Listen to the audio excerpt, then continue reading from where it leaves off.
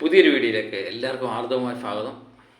അപ്പം എന്താ പറയുന്നത്, ദൃശ്യം 3യുമായിട്ട് ബന്ധപ്പെട്ട വേൾഡ് കളക്ഷൻ അറിയാൻ എല്ലാവർക്കും താല്പര്യമില്ലേ? അപ്പം ദൃശ്യം 3യുടെ വേൾഡ് വൈഡ് എത്ര കോടിയായി എന്നറിയാൻ വേണ്ടിയുള്ള കാത്തിരിപ്പാണ്. എല്ലാവരും 300 കോടിയാണ് ലക്ഷ്യമിടുന്നത്. ആ 300 കോടിയിലേക്ക് എത്തുമോ ഇല്ലയോ എന്നുള്ളത് ഒരു സംശയത്തിൻ്റെ നിലയിൽ നിൽക്കുകയാണ്. സാധാരണ വെക്കേഷൻ സമയമൊക്കെ കഴിഞ്ഞ് കഴിയുമ്പം ഒരു എന്താ പറഞ്ഞത്, ഇപ്പോൾ ഒരു ഹോളിഡേ മൂഡൊക്കെ കഴിഞ്ഞ് അപ്പോൾ ഒരു ഡിമ്മ് ചിത്രത്തിന് പൊതുവെ ഉണ്ടായിട്ടുണ്ട്. അത് തിയേറ്ററിൽ നമ്മുടെ ബുക്കിംഗ് ചാർട്ടും ഒക്കെ നോക്കുമ്പോൾ മനസ്സിലാവുന്നുണ്ട്. അത് ദൃശ്യത്തിന് തന്നെയല്ല, എല്ലാ പടത്തിനും അങ്ങനെ ഒരു ഇതുണ്ട്. അത് വരും ദിവസങ്ങളിൽ മേക്കപ്പ് ചെയ്ത് 300 കോടിയിലേക്ക് കടക്കും എന്ന് തന്നെയാണ് നമ്മൾ പ്രതീക്ഷിക്കുന്നത്.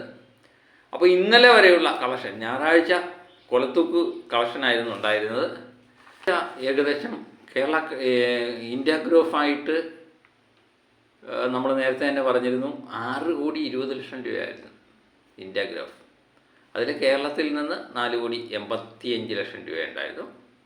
ബാക്കി അന്യ സംസ്ഥാനങ്ങളിൽ നിന്നെല്ലാം കൂടെ അങ്ങനെ total collection India gross 112,20,00,000, overseas collection 116,75,00,000 രൂപയാണ് കാണിക്കുന്നത്.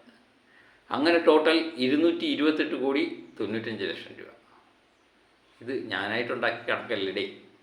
പ്രമുഖ ട്രാക്കർമാരായ ഫാറ്റ്നെക് പുറത്തുവിടുന്ന കണക്കും പ്രകാരമാണ് 228,95,00,000 രൂപ. ചിലവരൊക്കെ ഇതിലും കുറച്ച് പറയുന്നവരുണ്ട്, ചിലവർ കൂട്ടി പറയുന്നവരുണ്ട്.